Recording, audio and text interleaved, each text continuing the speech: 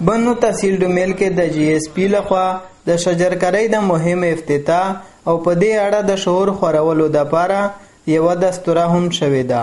په دې موقع د اډیشنل اسسټنټ کمشنر تحصیل ډومیل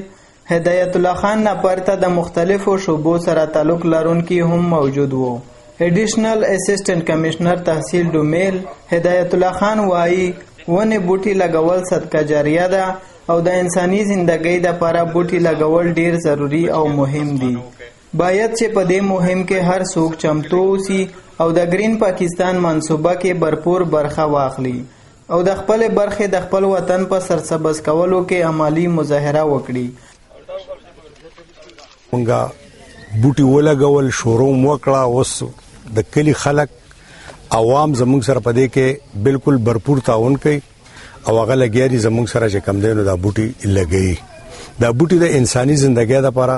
انتهایی ضروری دي. د گرین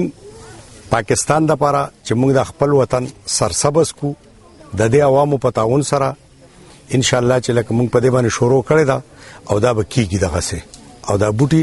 زموږ د قوم لوی سرمایه ده. په دې موقع د جی اس پی چیف ایگزیکټیو فخر نشاد بابر وویل د بوټو د افادیت او اهمیت نه د خلکو خبرول او په هر یونین کونسل کې په خلکو په خپل بوټي لګول د دوی هدف دی ځکه چې د دې سره خلکو کې اجتماعي شعور خوريږي او سبا ته به دغه خلک په اجتماعي تور د دغه لګول شو بوټیو حفاظت هم کوي. نو کمیونټي په دغه خپل پارټیسیپیشن وکړه. هغه نه علاوه پسرای نورنګ شي په یو سی منډان خو جماعت داسې مختلف شي چې کوم فیمیل پارټیسیپیشن کړی دی د جی اس پی انډر نو هغه هم ډیر زیات دی او ډیر اپریشیبل دی ځکه چې په بنو لیول شي په لکی لیول شي دا پهلا د فیمیل یو پارټیسیپیشن میشن شور کو ځکه چې دا ځمداري صرف د سړی نه دو زنانه هم د ذمہداري دو چې دا